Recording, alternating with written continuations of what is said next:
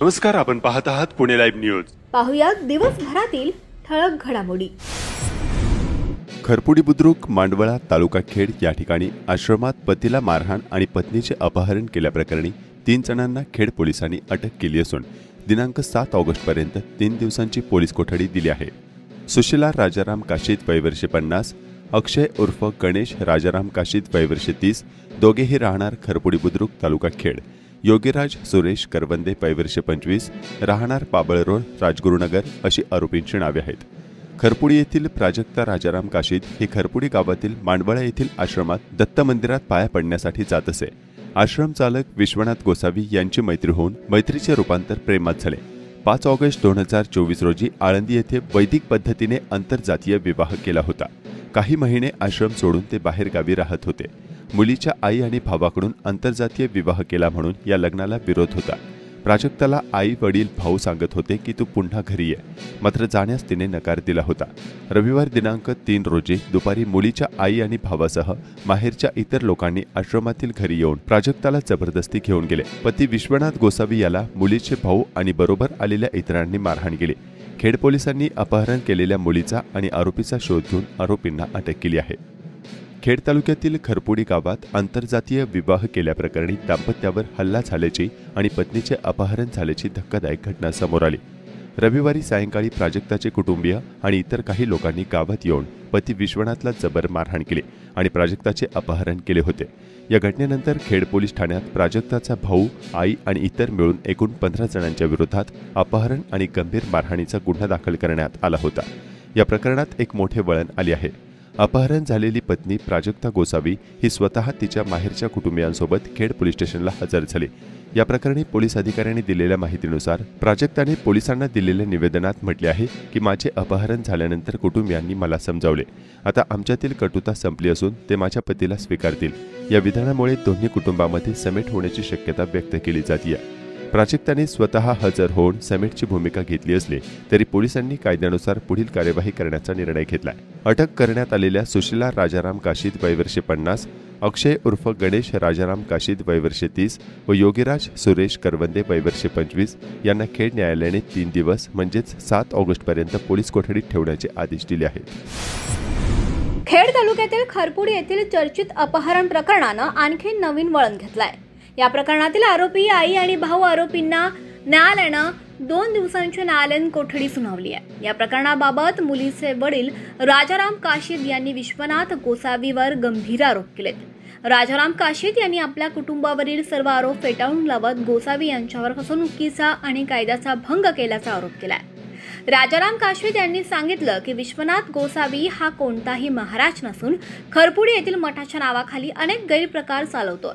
त्याचे अनेक चुकीचे व्यवसाय तालुक्याबाहेर सुद्धा सुरू असून पैशाच्या जोरावर काहीही करू शकतात, असा गंभीर आरोप काशीद यांनी केलाय. मुलगी प्राजक्ता ही गेल्या वर्षी आजारी होती. तिला अनेकदा दवाखान्यात नेऊन सुद्धा प्रकृतीत सुधारणा झाली नाही. त्यामुळे त्यांनी खरपुडी येथील गोसावी यांच्या आश्रमात तिच्यावर उपचार करण्याचा निर्णय घेतला. मात्र नंतर त्यांना कळलं की गोसावी यांनी प्राजक्ताला फसवून आळंदी येथे तिच्याशी लग्न केलं. काशीद यांच्या मते गोसावी यांची पहिली पत्नी अजूनही खरपुडी येथे वास्तव्यास आहे आणि त्यांचा कायदेशीर घटस्फोट झालेला नाही. त्यामुळे दुसरे लग्न करणे हा कायद्यानं गुन्हा आहे असा दावा त्यांनी केलाय.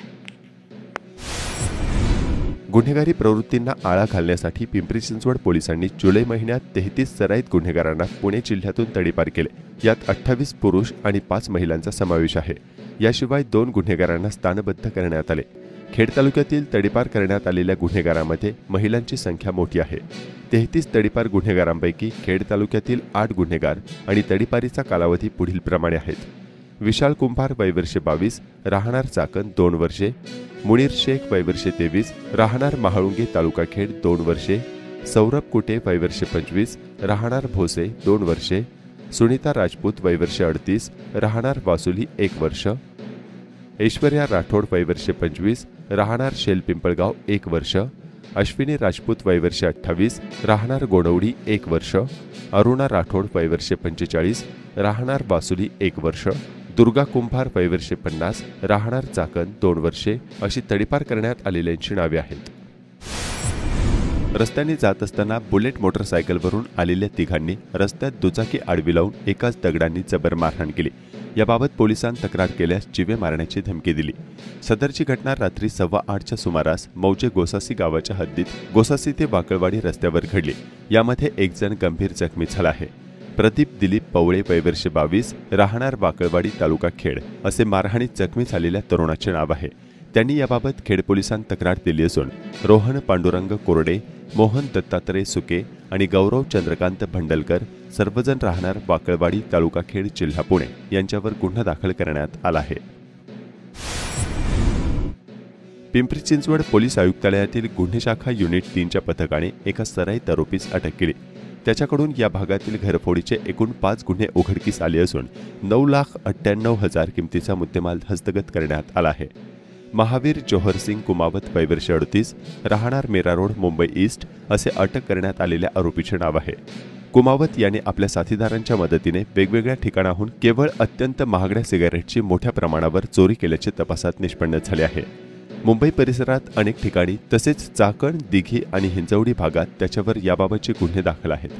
तळेगाव दाभाडे येथे आरोपी कुमावत येणार असल्याची माहिती मिळाल्यानंतर त्याला गुन्हे शाखा युनिट 3चे वरिष्ठ पोलीस निरीक्षक जितेंद्र कदम यांच्या मार्गदर्शनाखालील उपनिरीक्षक सुनील चावळे, पोलीस अंमलदार YV आढारे, सचिन मोरे व त्यांच्या सहकाऱ्यांच्या पथकाने 4 चाकी मोटारीसह कुमावत यास अटक केली। खेड तालुक्यातील राजगुरुनगर पाईट रस्त्यावर 2 दूध वाहतूक करणारे टँकर एकमेकांना घासून अपघात झाला। या अपघातातील दोन्ही चालक किरकोळ जखमी झाल्याचं प्रत्यक्षदर्शी नागरिकांनी सांगितलंय। चाकण MIDC मध्ये महाळुंगे तळवडे रस्त्यावर महिंद्रा कंपनीच्या डिस्पेच गेटच्या समोर एक 4 चाकी वाहन मागील महिनाभरापासून बेवार स्थितीत उभं आहे। MH10 सह पासिंग असलेल्या या वाहनाच्या संदर्भात परिसरात कुणाला काहीही माहीत नाहीये। त्यामुळे महाळुंगे पोलिसांनी सदरचे वाहन ताब्यात घेऊन चौकशी करण्याची गरज आहे। बहुळ तालुका खेड येथे 14 वर्षीय अल्पवयीन मुलीचं अपहरण करण्यात आल्याची घटना समोर आली आहे। याबाबत तिच्या वडिलांनी चाकण पोलीस ठाण्यात फिर्याद दिली आहे। चाकण पोलीस अधिक तपास करतायत। राजगुरुनगर शहरातील नवीन पाणी योजनेतील पाईपलाईनची कामे संपल्यानंतर शहरात सिमेंट कॉन्क्रीटचे रस्ते तयार करण्यात आले। मात्र रस्त्याच्या खालील पाईपलाईन लिकेज होऊन पाण्याचा पाझर होत असल्याची बाब समोर आली आहे। या भागातील अनेक दुकानांमध्ये हे पाणी येत असल्याच्या तक्रारी समोर येत आहेत।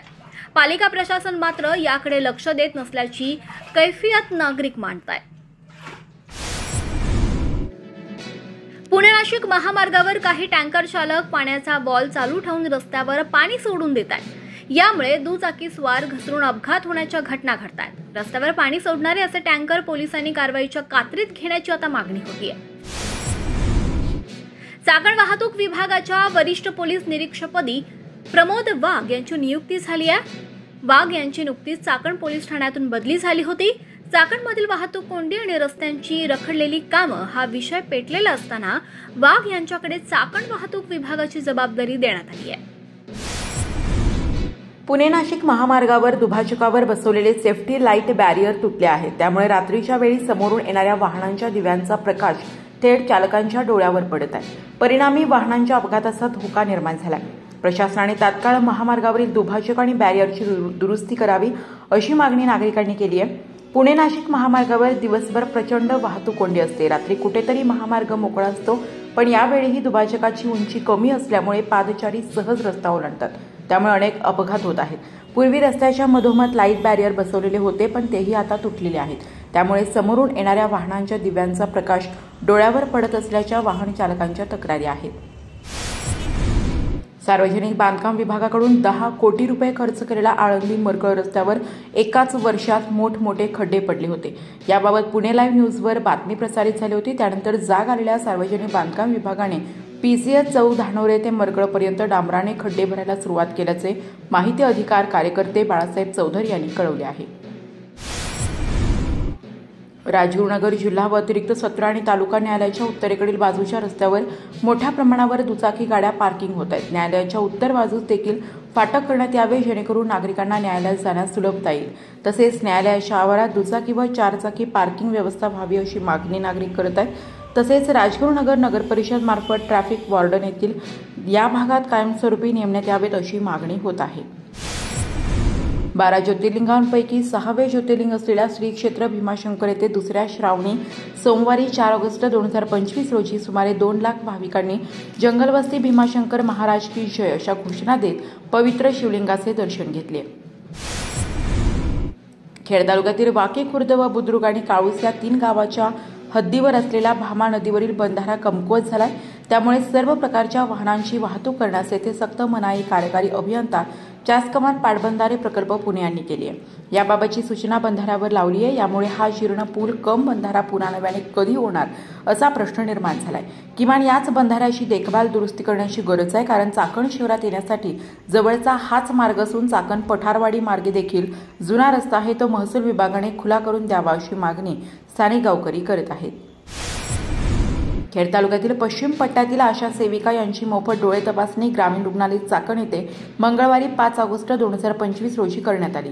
यावेळी आशा सेविका मोठ्या संख्येने उपस्थित होत्या. नमस्कार, मी लता रमेश उंडारे, प्राथमिक आरोग्य केंद्र वाडा या ठिकाणी आशा सुपरवायझर आहे. आज माझ्या प्राथमिक आरोग्य केंद्र वाडामधील 13 आशा सेविका व 1 गटप्रवर्तक आपले RS चाकण या ठिकाणी येऊन आम्ही सर्वांनी डोळे तपासणी करून घेतली आणि येथील सेवा खूप छान होती. चाकण औद्योगिक भागात भूमाफियांचा उच्छाद वाढत असल्याच्या अनेक तक्रारी दररोज समोर येत आहेत. अनेक घटना प्रशासनातील अधिकारी हाताशी धरून होत असल्याने सामान्य शेतकऱ्यांना न्याय मिळणे दुरापास्त होत चालले आहे.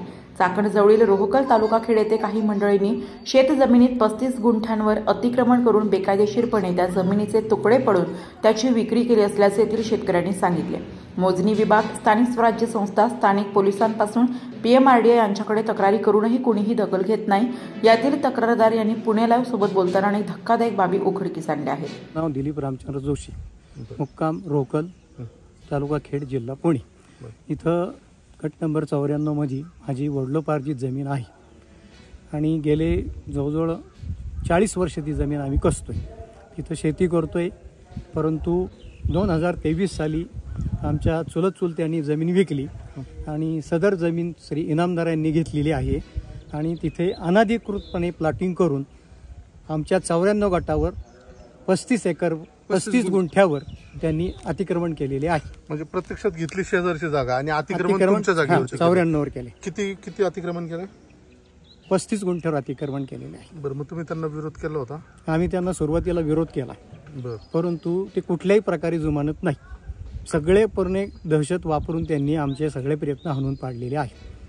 बरं, काय काय प्रयत्न केले तुम्ही? आम्ही पोलीस स्टेशनलाही अर्ज केला होता. बरं, त्यानंतर मोजणी खात्यातही केलं होतं अर्ज काय, आणि स्थानिक लोकांनाही पुढाकार करून मिटवण्यासाठी प्रयत्न केला होता काय, पण कुठल्याही प्रकारे त्यांनी जुमानले नाही. बरं, काय केलं त्यांनी तुमच्या त्या 35 गुंठ्यामध्ये?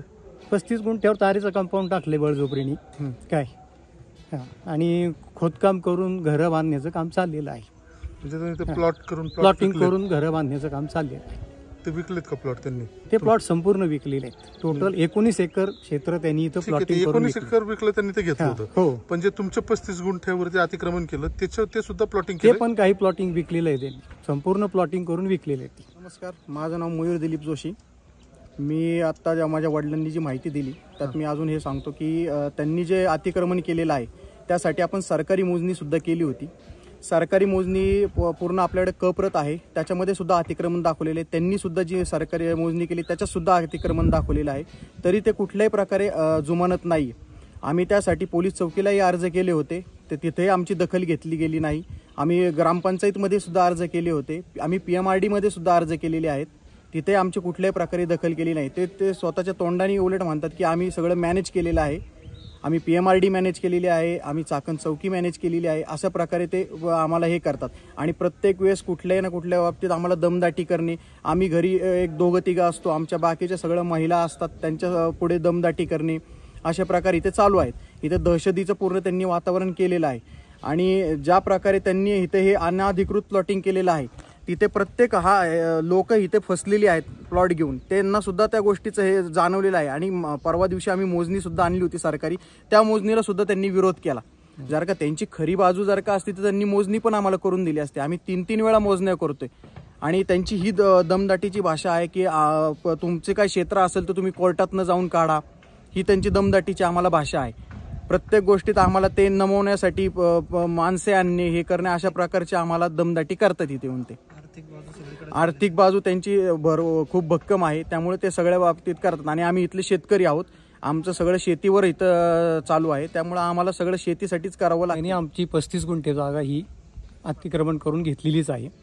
त्या बदल्यात त्याचं असं म्हणणं आहे की ह्या बदल्यात मी तुम्हाला दुसरीकडे जागा देईल, पण इथं तुम्ही बिलकुल फिरकायचं नाही.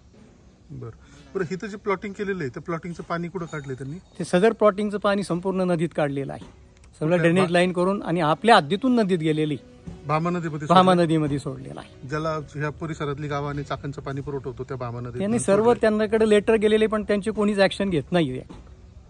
चाकणच्या नगर परिषदेला गेलेलं आहे. तुम्ही दिलं पत्र? नाही, कोण एक परदेशी म्हणून आहे, त्यांनी पाठवलेले ते पत्र. तुम्ही आहे ना येऊ नका, तुमच्या काय असेल तारीच्या पलीकडे ते ना तर लावून घ्यायच्या, ते माती ते उचलून घ्यायची. ते पहिलं ते खालचं करून घ्या. कोणतं खालचं? ऐका ना, तुम्ही ना खालचं ना तुम्ही कोर्टातच जा. मग तू काढायचं नाही, ते कोर्टातून काढून घ्या. ते मातीचं पण बघू, ऐका कोर्टातून काढून घ्या. हो ठीक आहे ना, काढू ना. काय एवढं विषय? तुमचं अतिक्रमण कोर्टात नाही काढायचं, आमचं अतिक्रमण तुम्ही म्हणता लगेच काढा. हे माती टाकी म्हणता लगेच काढा. इथून तिथून 4 फुटाचं अतिक्रमण आपण तार तोडणं चुकीचं आहे का? ऐक ना, तार मी तोडली, बघ ऐक ना, मग उद्यासारखं पण इकडं म्हणाल की ते पण चुकीचं नाहीये, सगळं चुकीचं नाही म्हणतंय. अतिक्रमण तुमच्या तोंडाने म्हणताय तुम्ही 16 एकर अतिक्रमण, 16 गुंठे 18 आणि तरी सुद्धा काय म्हणताय तुम्ही कोर्टात गेलेत ना, पुढचा विषय काढून घेऊ, तुम्ही काढून घ्या.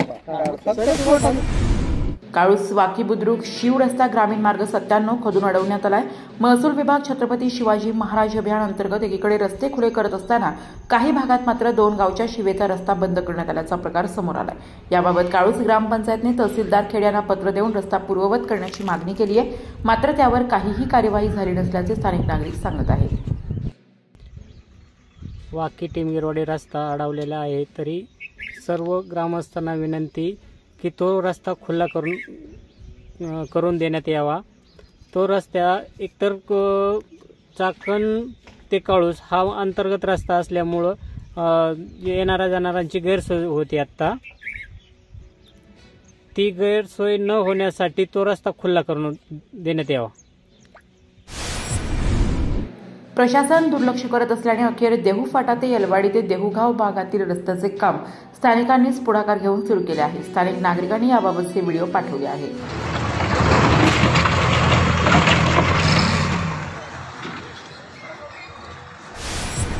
चाकणमधील ज्येष्ठ सामाजिक कार्यकर्ते चारुदत्त उर्फ आप्पा वसंतराव वाडेकर वयवर्ष 67 यांचे दुःखद निधन झाले. चाकणमधील बालवीर मित्रमंडळ आणि विविध संस्था संघटना यांच्याशी त्यांचा जवळचा संबंध होता. अत्यंत अभ्यासू व्यक्तिमत्व आणि चांगले वक्ते म्हणून ते चाकण परिसरात प्रसिद्ध होते. दिवंगत वाडेकर यांची मुले परदेशात असल्यानं बुधवार दिनांक 6 ऑगस्ट 2025 रोजी सायंकाळी 5 वाजता श्री चक्रेश्वर तीर्थ येथे त्यांच्या पार्थिवावर अंत्यसंस्कार होणार आहेत.